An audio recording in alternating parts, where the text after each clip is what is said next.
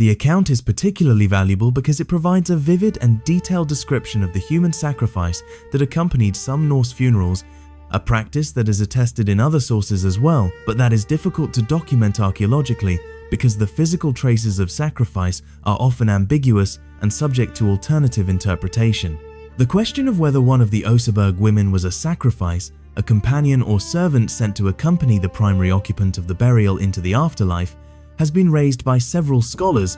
and while the evidence is not conclusive, it remains a possibility that must be taken seriously in any interpretation of the burial. The account of Ibn Fadlan also provides important context for understanding the role of the ship in Norse funerary ritual. In the Volga funeral that Ibn Fadlan witnessed, the ship was burned rather than buried, a practice that is well attested in the archaeological record, and that seems to have been an alternative to mound burial rather than a successor to it. Both practices, ship burial and ship cremation, coexisted during the Viking Age, and the choice between them may have been influenced by regional tradition, personal preference, social status, or other factors that are difficult to determine from the archaeological evidence alone. The Oseberg burial, with its intact ship and its unburned contents, represents the burial tradition at its most elaborate, a tradition that prioritized the preservation of the ship and its contents within the earth over their transformation through fire, and that invested the burial mound with a permanence and a physicality that the cremation tradition, by its very nature, could not achieve. The contrast between these two funerary traditions, burial and cremation, may reflect differences in belief about the nature of the afterlife and the means by which the dead reached it. Some scholars have suggested that the burning of the ship was associated with a belief in Valhalla, the Hall of the Slain, where the dead were received by Odin and where the fire served as a vehicle of transformation, releasing the spirit from the body and sending it upward to the realm of the gods. While the burial of the ship was associated with a different destination, perhaps the realm of Hell, the underworld kingdom of the dead, or the realm of Ran, the sea goddess, who claimed those who died at sea. These interpretations are necessarily speculative, and the reality was almost certainly more complex and more variable than any simple schema can capture, but they point to the richness and diversity of Norse eschatological thought, a body of belief that encompassed multiple destinations for the dead, multiple means of reaching them, and multiple ways of understanding the relationship between the living and those who had gone before. The geographical and cultural connections revealed by the Oseberg burial extend far beyond the borders of Scandinavia, linking the Norse world to a network of contacts and influences that spanned the European continent and reached into Asia and the Islamic world. The peacock feathers found in the Gokstad burial, the silk fragments found at other Norse sites, the Arabic silver that flowed into Scandinavia through the eastern trade routes, and the artistic influences visible in some Viking Age decorative styles all testify to the cosmopolitan character of Norse civilization during the Viking Age, a civilization that was deeply engaged with the wider world, even as it maintained its own distinctive cultural identity. The Oseberg finds, with their echoes of Carolingian art, their possible connections to Eastern Mediterranean genetic origins, and their sophisticated use of imported dyes and materials, are part of this broader picture of cultural exchange and interaction, a picture that challenges the image of the Norse as isolated barbarians on the fringe of European civilization, and reveals them instead as active participants in a continent-wide web of trade, diplomacy, and cultural contact. The influence of Carolingian art on some of the Oseberg carvings is a particularly interesting case in point. The Carolingian Empire, the vast domain ruled by Charlemagne and his successors, was the dominant political and cultural power in Western Europe during the late 8th and early 9th centuries, and its art, which drew upon classical Roman, early Christian, and Germanic traditions, set the standard for artistic production across much of the continent. The Norse, through their raids, their trade, and their diplomatic contacts with the Carolingian world, were exposed to this artistic tradition, and some of the Oseberg carvings show clear evidence of Carolingian influence in their use of acanthus leaf ornament, their rendering of animal forms, and their compositional strategies. This influence was not a matter of simple imitation. The Norse artists who absorbed Carolingian motifs and techniques transformed them in the process, integrating them into their own artistic vocabulary and creating something new, something that was neither purely Norse nor purely Carolingian, but a synthesis of both, a visual expression of the complex cultural dynamics of the early Viking Age. This process of cultural exchange and transformation was not a one-way street.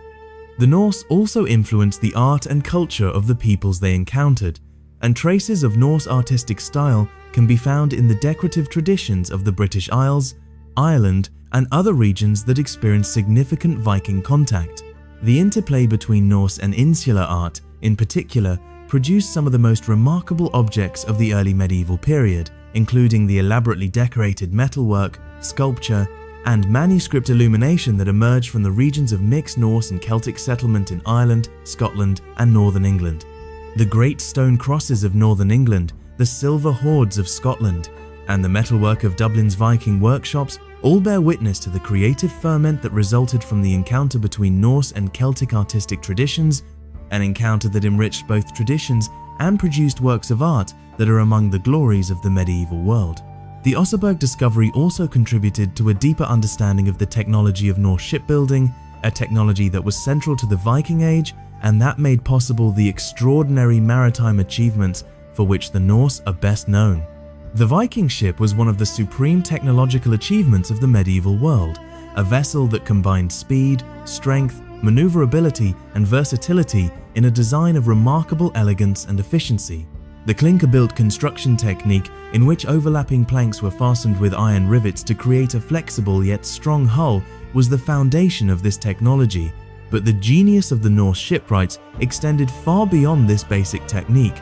to encompass a comprehensive understanding of hydrodynamics, materials science, and structural engineering that was the product of centuries of accumulated experience and experimentation.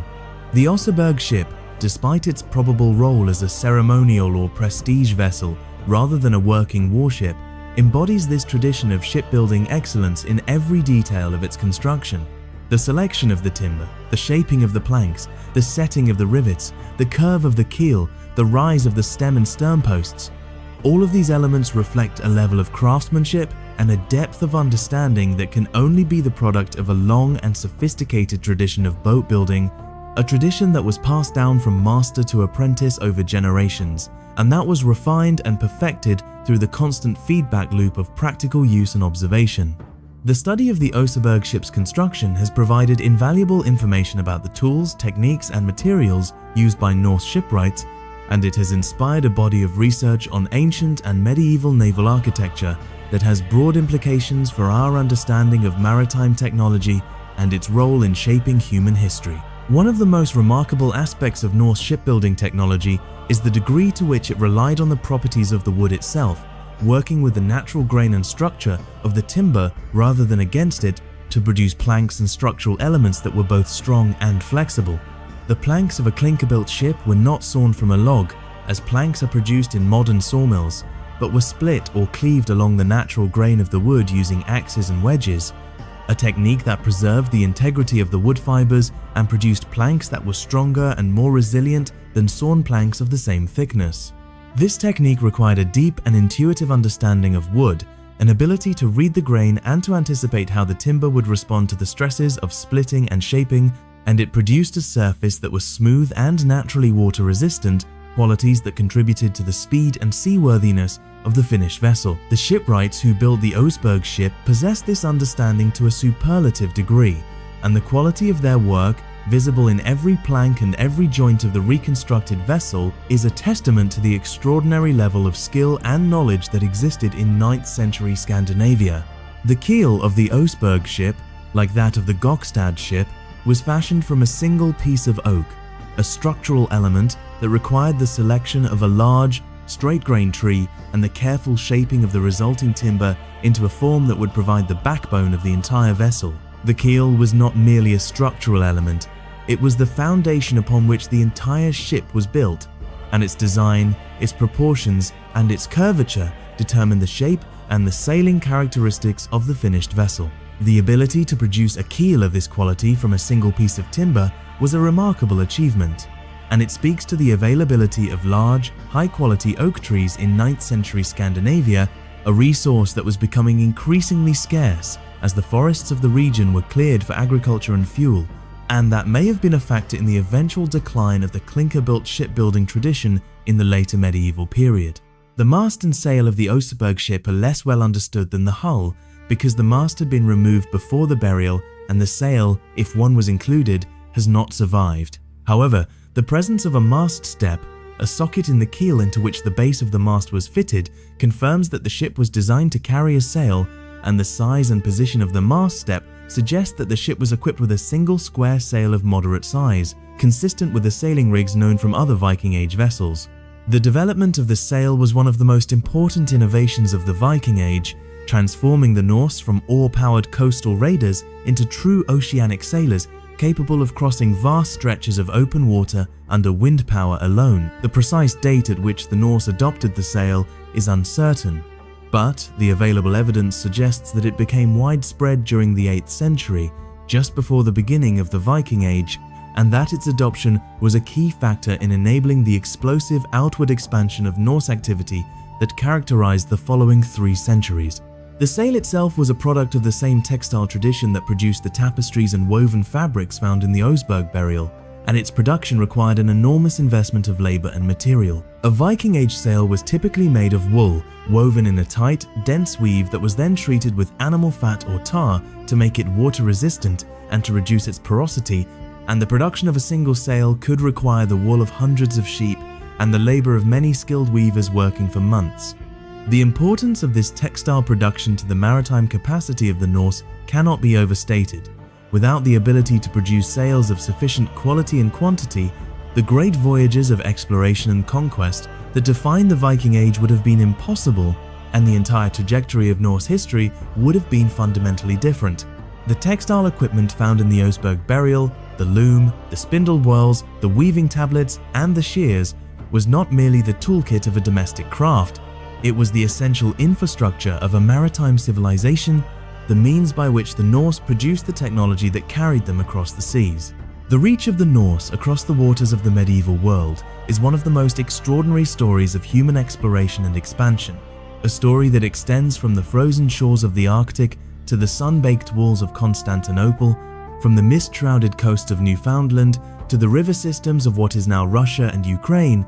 and the ships that made this expansion possible. Ships like the ones found at Oseberg, Gokstad, and Thun were the indispensable instruments of a civilization that defined itself through its relationship with the sea. To stand before the Oseberg ship in its museum gallery is to stand before the material embodiment of that relationship, to see in the curve of its hull and the sweep of its prow the same impulse that drove Norse sailors to push beyond the known horizon, to seek new lands, new trade routes, new opportunities, and new worlds. And to understand that the beauty of the ship was not incidental to its purpose, but inseparable from it, a reflection of the Norse belief that the objects they made and the journeys they undertook were expressions of a single, unified vision of what it meant to live fully and boldly in a world that was both dangerous and magnificent. The westward expansion of the Norse, the movement that carried them across the North Atlantic to the Faroe Islands, Iceland, Greenland, and ultimately to the shores of North America, is perhaps the most dramatic chapter in the story of Viking Age exploration, and it is one that has captured the imagination of the modern world to a degree that few other episodes in medieval history can match. The settlement of Iceland, which began in earnest around 870, was one of the most remarkable feats of colonization in pre-modern history, involving the mass migration of thousands of people, along with their livestock, their tools, and their cultural traditions, across hundreds of miles of open ocean to an uninhabited volcanic island on the edge of the Arctic, a land of fire and ice that offered both extraordinary opportunities and extraordinary challenges to those who chose to make it their home. The settlers who came to Iceland brought with them the language, the laws, the literature, and the religious practices of their Scandinavian homeland, and they established a society that was in many ways a transplanted version of the Norwegian social order, complete with its hierarchies, its feuds, its assemblies, and its deep attachment to the land and the sea. It was in Iceland that the literary tradition of the Norse world found its fullest and most enduring expression in the sagas and the Eddas that were composed in the 13th century by authors who were themselves the descendants of the original Viking Age settlers, and who drew upon centuries of oral tradition to create a body of literature that is one of the great treasures of world culture.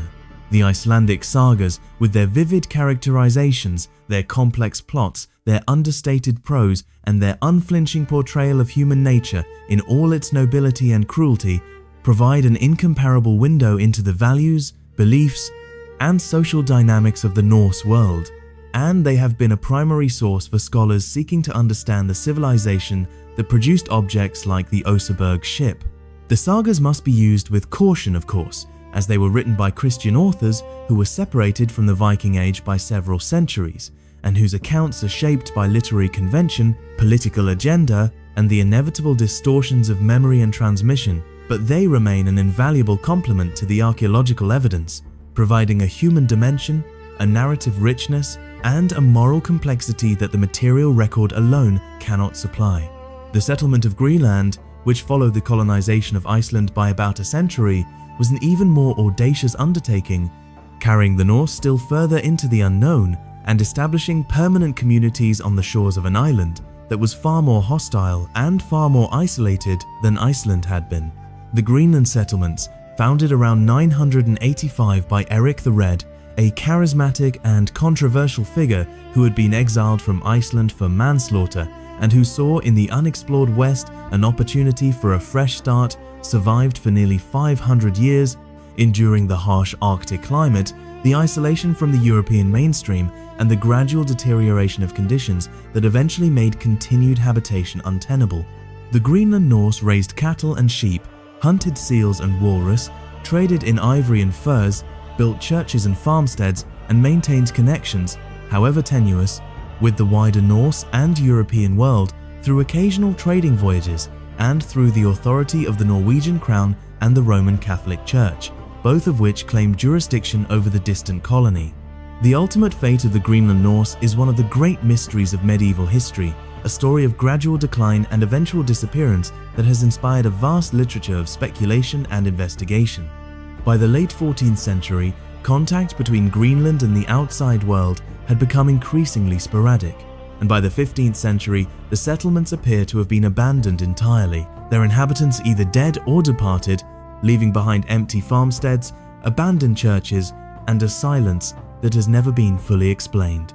The causes of the colony's demise have been the subject of intense debate, with scholars proposing a range of explanations that include climate change, specifically the onset of the Little Ice Age,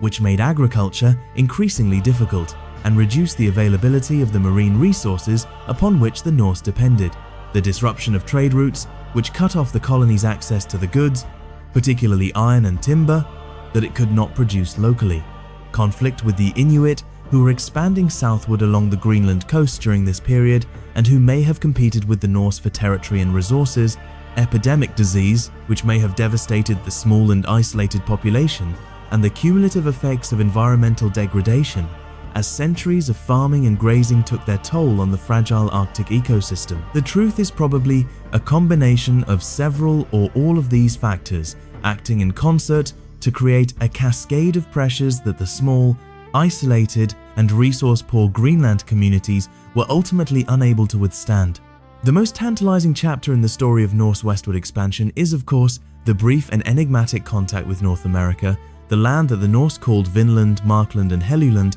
names that have been the subject of centuries of scholarly debate and popular fascination. The literary evidence for the Norse discovery of North America comes primarily from two Icelandic sagas, the Saga of the Greenlanders and the Saga of Eric the Red, which describe a series of voyages from the Greenland settlements to lands to the west and south, voyages that brought the Norse into contact with indigenous peoples whom they called Skraelings, and that resulted in at least one attempt at permanent settlement, an attempt that was ultimately abandoned due to conflict with the local population and the difficulty of maintaining a colony at such a vast distance from the Norse homeland. For centuries, the saga accounts of Vinland were regarded by many scholars as legendary or at best as garbled memories of voyages whose details had been hopelessly distorted by centuries of oral transmission, but the discovery in 1960 of a Norse settlement at Lanso Meadows on the northern tip of Newfoundland provided definitive archaeological proof that the Norse had indeed reached North America around the year E10, nearly 5 centuries before the voyages of Columbus. The site at Lanso Meadows, excavated by the Norwegian husband and wife team of Helge and Anne Stein Yggdrasil, revealed the remains of 8 buildings, including 3 large halls and several smaller structures, along with artifacts that were unmistakably Norse in origin, including a bronze cloakpin, a spindle whorl made of soapstone, and iron rivets of the type used in clinker-built ship construction. The site was clearly a Norse settlement, and its location, its size, and the nature of its artifacts suggest that it served as a base camp for further exploration along the North American coast rather than as a permanent colony, a staging point from which the Norse ventured south and west in search of the resources, particularly timber, grapes, and other natural products that the saga accounts describe. The discovery at L'Anse aux Meadows was one of the most significant archaeological finds of the 20th century, and it transformed the popular and scholarly understanding of the Viking Age by demonstrating that the Norse had accomplished something that no other European civilization of the medieval period had achieved: the crossing of the Atlantic and the establishment of a presence on the North American continent. The implications of this discovery were profound, not only for the history of exploration, but also for the history of cross-cultural contact, for the understanding of Norse maritime technology and navigational skill, and for the broader narrative of human expansion across the globe. The ships that carried the Norse to Vinland were the direct descendants of the tradition that produced the Oseberg and Gokstad ships, vessels built with the same techniques, the same materials, and the same understanding of the sea that had been developed over centuries of coastal and open ocean sailing. And the connection between the elegant ship that lay in the Oseberg mound and the rugged, utilitarian vessels that crossed the North Atlantic is a connection of craft, culture, and ambition that spans the entire breadth of the Viking Age. The eastward expansion of the Norse, though less celebrated in popular culture than the westward voyages, was equally remarkable in its scope and its consequences, and it played a crucial role in shaping the political and economic landscape of medieval Eastern Europe and the Byzantine world. The Norse who ventured east, primarily Swedes who followed the river routes of the Baltic and the Russian interior, established trading posts, political entities, and cultural connections that stretched from the shores of the Baltic Sea to the walls of Constantinople, the greatest city in the medieval world, and that laid the foundations for the political entities that would eventually evolve into the modern states of Russia and Ukraine. The Varangians, as the Eastern Norse were known, navigated the rivers of the Dnieper and the Volga in vessels that were essentially modified versions of the same clinker-built tradition that produced the great ships of Vestfold, carrying furs, amber, honey, wax, and slaves southward to the markets of Byzantium and the Islamic Caliphate, and bringing back silver, silk, spices, and other luxury goods that fueled the economy and enriched the material culture of the Scandinavian homeland. The Varangian presence in the east left lasting traces in the historical and archaeological record, from the Norse-influenced place names and personal names that dot the landscape of Russia and Ukraine to the runic inscriptions that Norse travelers carved on surfaces, ranging from the marble balustrades of the Hagia Sophia, Constantinople to the stone lions of Piraeus in Greece. The Varangian Guard, the elite bodyguard of the Byzantine Emperor, was composed largely of Norse and later Anglo-Saxon warriors, whose loyalty, martial prowess, and foreignness made them ideal protectors of the imperial person, and service in the Varangian Guard became a prestigious and lucrative career path for Norse warriors seeking fame and fortune in the East. The wealth that flowed back to Scandinavia from the eastern trade routes enriched the Norse elite and contributed to the social stratification and cultural efflorescence that characterized the Viking Age, and the artifacts that traveled along these routes, the Arabic silver, the Byzantine silk, the glass beads, and the exotic commodities of the Eastern Mediterranean found their way into the graves and hoards of Scandinavia, testimony to the far-flung connections that linked the fjords of Norway to the bazaars of Baghdad. The Oseberg burial, while it does not contain objects that can be definitively linked to the eastern trade routes, is part of this broader picture of cultural connection and exchange, a picture in which Scandinavia is not a remote and isolated periphery, but a dynamic and engaged participant in a continent-wide network of trade, communication, and cultural interaction. The wealth that funded the Oseberg funeral, the artistic traditions that shaped its objects, and the religious beliefs that governed its rituals were all products of a civilization that was deeply connected to the wider world, a civilization that drew upon multiple sources of inspiration and influence while maintaining its own distinctive identity and creative vision. The religious transformation of Scandinavia from the pre-Christian polytheism of the Viking Age to the Christianity that would eventually become the dominant faith of the North is one of the most significant cultural shifts in European history, and it provides an essential context for understanding the Oseberg burial and the world that produced it. The conversion of the Norse was a long, complex, and often contested process that unfolded over the course of several centuries, beginning with the earliest missionary contacts in the 8th and 9th centuries, and continuing through the formal adoption of Christianity by the various Scandinavian kingdoms in the 10th and 11th centuries. The process was not a simple matter of one faith replacing another. It involved negotiation, compromise, coercion, and sometimes violence, and it produced a period of religious and cultural hybridity in which Christian and pagan elements coexisted, blended, and competed in ways that are often difficult to untangle from the surviving evidence. The missionaries who brought Christianity to Scandinavia faced a formidable challenge, for the pre-Christian religion of the Norse was not a marginal or declining faith, but a vibrant and deeply rooted system of belief and practice that was intimately connected to every aspect of social, political, and economic life. The gods of the Norse, Odin, Thor, Freya, Frey, and the rest of the Aesir and Vanir, were not abstract theological concepts but active, present, and powerful beings whose favor was sought through sacrifice, ritual, and prayer, and whose displeasure could bring disaster upon individuals, families, and entire communities. The rituals of the old religion, the blots, or sacrificial feasts, the divination practices of the vulva, the funerary rites that sent the dead to the afterlife in ships and on pyres, were woven into the fabric of daily life, marking the passage of the seasons, the transitions of birth, marriage, and death, and the great events of war, peace, and political succession.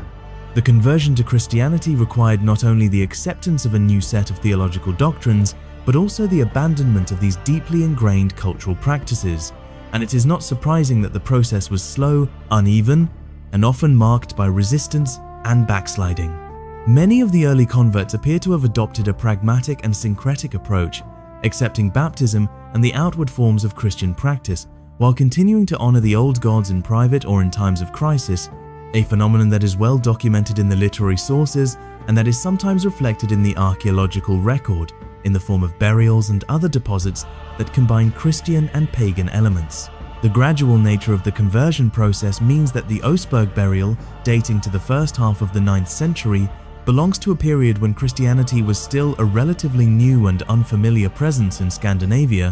when the old religion was still the dominant faith of the majority, and when the great ship burials and other pagan funerary practices were still being carried out with full confidence and conviction. The end of the ship burial tradition, which came about as a direct consequence of the Christianization of Scandinavia, marked the close of a chapter in Norse cultural history that had lasted for centuries and that had produced some of the most spectacular and symbolically rich funerary monuments in European history. The Christian insistence on burial in consecrated ground without elaborate grave goods and without the accompaniment of sacrificed animals or human beings represented a fundamental break with the pagan past, a rejection of the belief that the dead needed material provisions for the afterlife, and an affirmation of the Christian doctrine that salvation came through faith and divine grace rather than through the accumulation of worldly goods. The transition was not always smooth,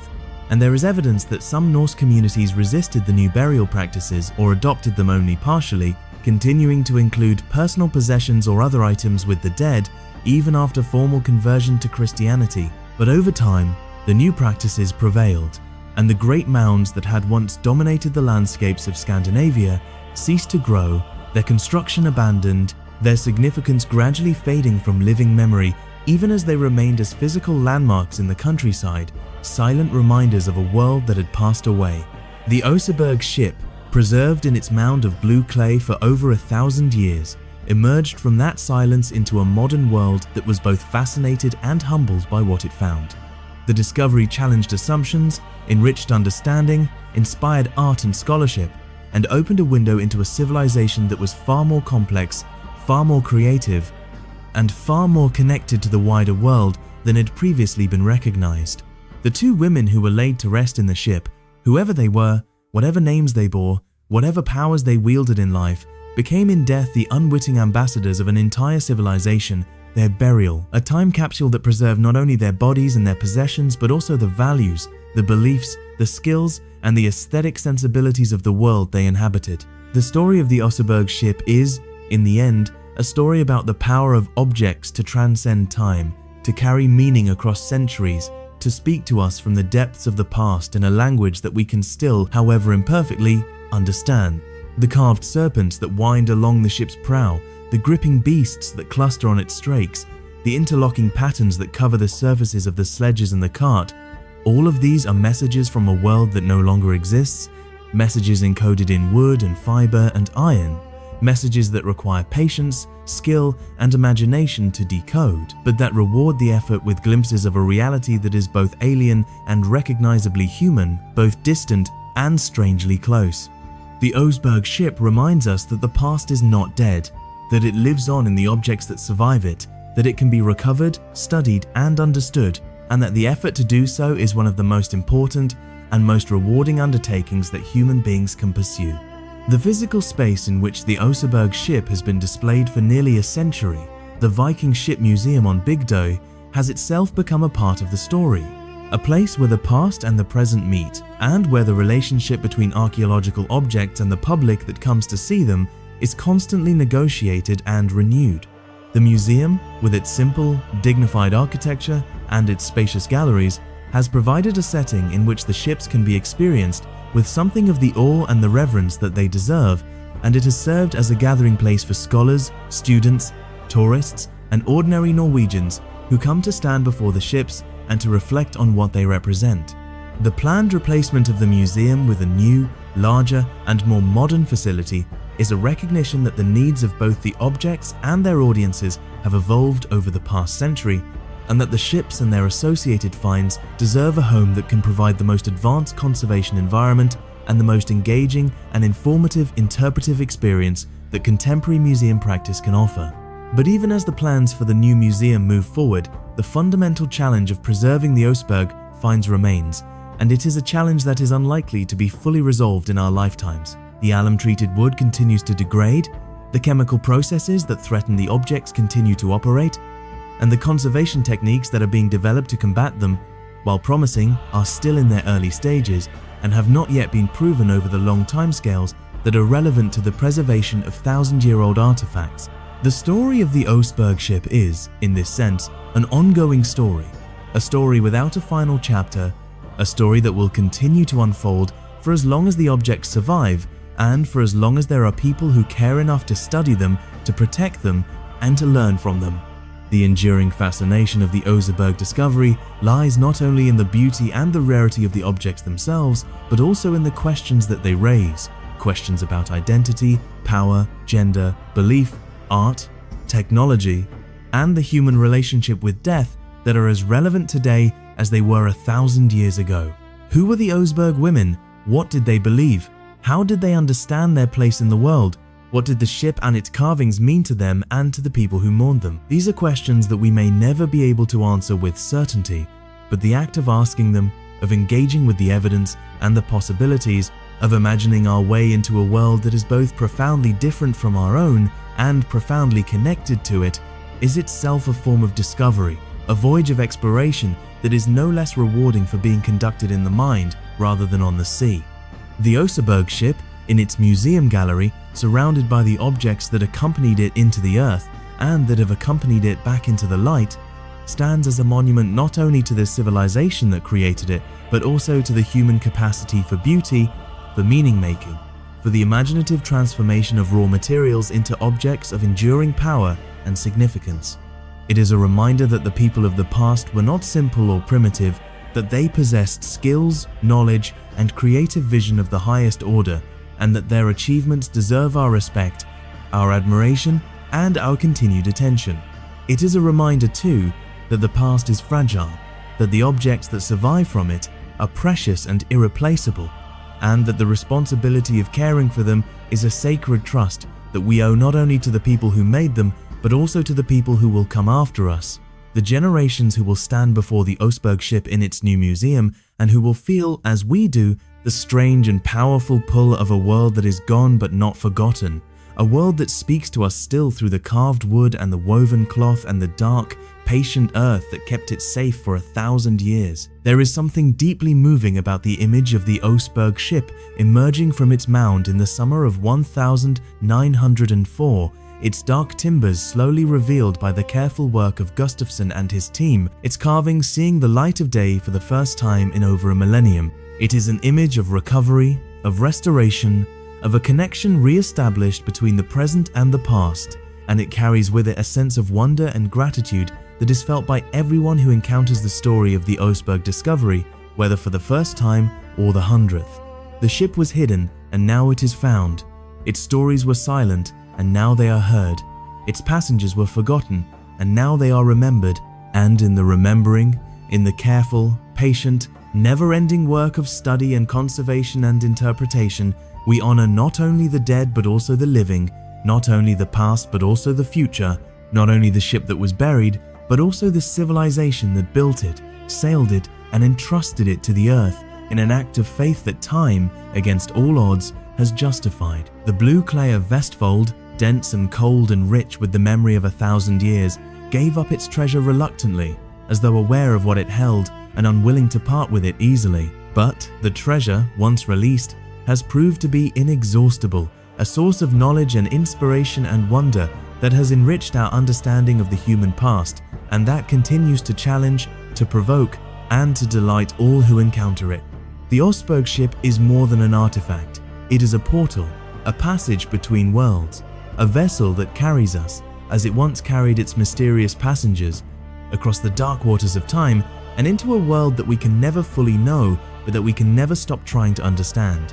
And in that trying, in that reaching across the centuries toward the hands that shaped the wood and wove the cloth and laid the dead to rest with such care and such devotion, we find something essential about ourselves, about our need to connect with those who came before us, about our desire to make meaning out of the fragments that survive, and about our faith that the stories of the past, however incomplete, however uncertain, however shrouded in the mists of time, are stories that matter, stories that deserve to be told, and stories that, once told, change everything. The passage of time has done strange and sometimes paradoxical things to the legacy of the Oseberg ship and the civilization that created it, simultaneously obscuring and illuminating, erasing certain details while bringing others into sharper focus, and transforming what was once a living, breathing reality into an object of scholarly inquiry, public fascination, and cultural mythology. The Viking Age, which seemed to its contemporaries like an unending storm of violence and upheaval, a cataclysm that threatened to sweep away the foundations of Christian civilization in Western Europe, has become in the modern imagination something altogether different, a source of romantic inspiration, of national pride, of popular entertainment, and of serious academic study.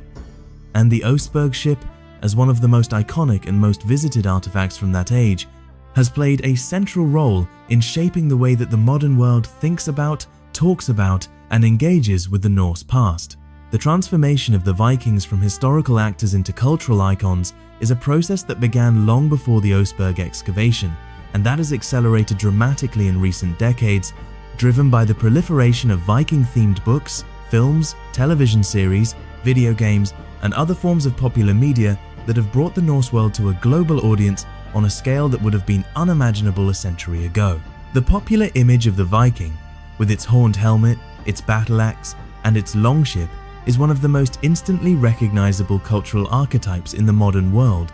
And while this image is in many ways a distortion of the historical reality, it reflects a genuine and deep-seated fascination with the Norse that transcends national boundaries and cultural differences, and that speaks to something fundamental in the human imagination: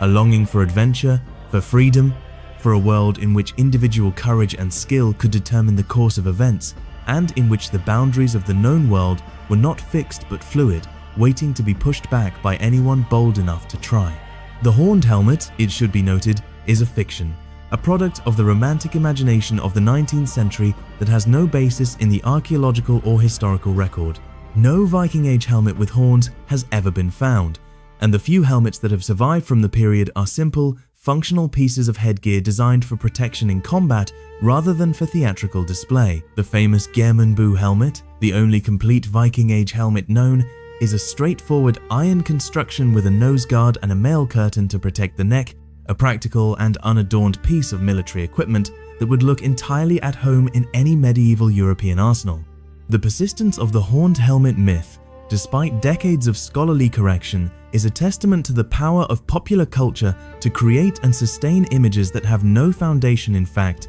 and it serves as a cautionary reminder that the gap between the historical Vikings and the popular Vikings is wide and sometimes unbridgeable, a gap that scholars must constantly work to narrow even as the forces of entertainment and commerce work equally hard to widen it. The Oseberg ship and its contents offer a powerful corrective to the simplistic popular image of the Vikings because they reveal a dimension of Norse civilization that the popular stereotype completely ignores, the dimension of beauty, of artistry, of domestic life, and of female power and agency.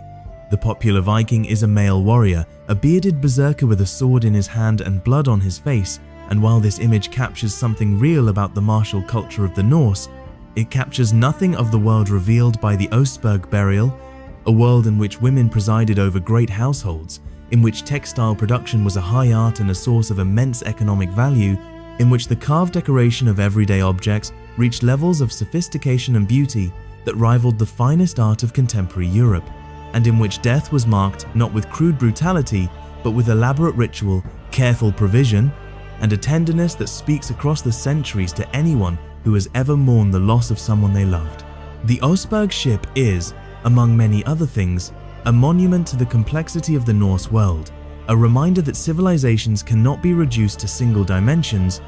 and that the effort to understand the past in its full richness and diversity is not merely an academic exercise but a moral imperative, a refusal to flatten the human experience into convenient stereotypes, and a commitment to honoring the full humanity of those who came before us. The scholarly study of the Viking Age has undergone its own transformation in recent decades, moving away from the older, more narrowly focused approaches that emphasize military history, political narrative, and the study of elite male culture,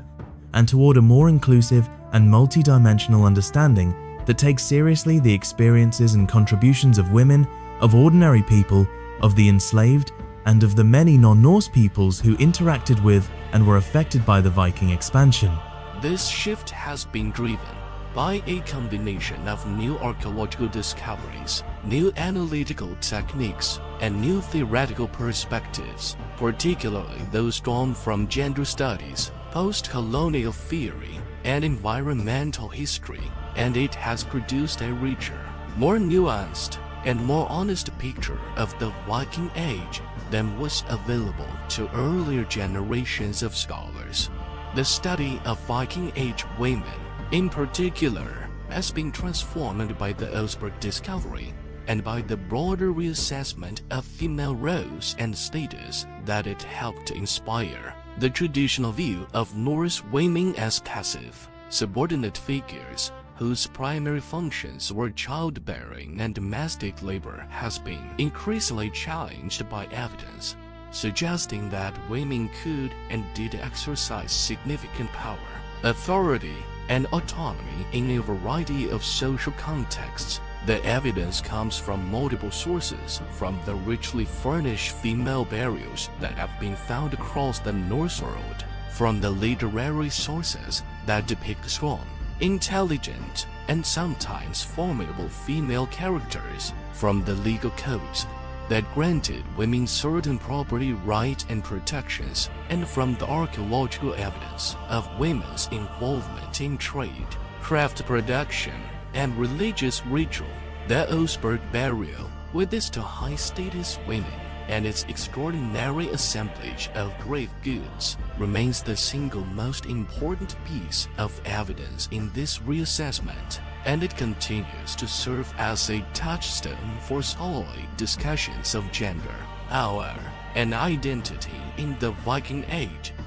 The question of female warriors in the Viking Age, the so-called shield maidens of saga tradition, has been one of the most contentious and most publicly visible aspects of this reassessment. The sagas contain numerous references to women who took up arms and fought alongside men, and these characters have become enormously popular in modern Viking fiction and media, but the historical evidence for for the existence of actual female warriors has been debated for decades, with some scholars arguing that the Shield Maiden is a purely literary creation, and others arguing that it reflects a real, if rare, social phenomenon. The debate was given new impetus in 2017 by the publication of a study that used DNA analysis to determine the sex of an individual buried in a richly furnished warrior grave at Berka in Sweden, a grave that had long been assumed to contain a male warrior based on the presence of weapons, a shield, and two sacrificed horses. The DNA analysis revealed that the individual was genetically female, a finding that generated enormous public interest and scholarly debate, and that seemed to provide direct archaeological evidence for the existence of high-status female warriors in the Viking Age. The Berka warrior grave study has been both celebrated and criticized, with supporters arguing that it represents a breakthrough in our understanding of Viking Age gender roles, and critics pointing out that the presence of weapons in a grave does not necessarily mean that the occupant was a warrior, since weapons could have symbolic, ritual, or status-related functions that were not directly connected to martial activity. The debate is far from settled, and it is unlikely to be resolved by any single piece of evidence, but it does have the salutary effect of forcing scholars to confront their own assumptions about gender and to consider the possibility that the Viking Age was a more diverse and more fluid society than has traditionally been assumed. The Oseberg burial, while it does not contain weapons, contributes to this broader conversation by demonstrating unequivocally that women could be honored with the most elaborate and costly funerary rituals that Norse society could provide, a fact that in itself speaks volumes about the status and the significance of at least some women in the Viking world. The environmental and ecological dimensions of the Viking Age have also received increasing attention from scholars in recent years, and these dimensions provide important context for understanding the Oseberg burial and the society that produced it. The Viking Age coincided with a period of relatively warm and stable climate in northern Europe. The medieval warm period, which created favorable conditions for agriculture, population growth, and maritime activity, and which may have been one of the factors that enabled the explosive outward expansion of the Norse during the 9th, 10th, and 11th centuries. Warmer temperatures meant longer growing seasons, more productive farmland, and more reliable sailing conditions, all of which would have facilitated the colonization of the North Atlantic islands and the establishment of the far-flung trade networks that connected Scandinavia to the wider world. The wealth and social complexity reflected in the Oseberg burial can be understood, in part, as a product of these favorable environmental conditions,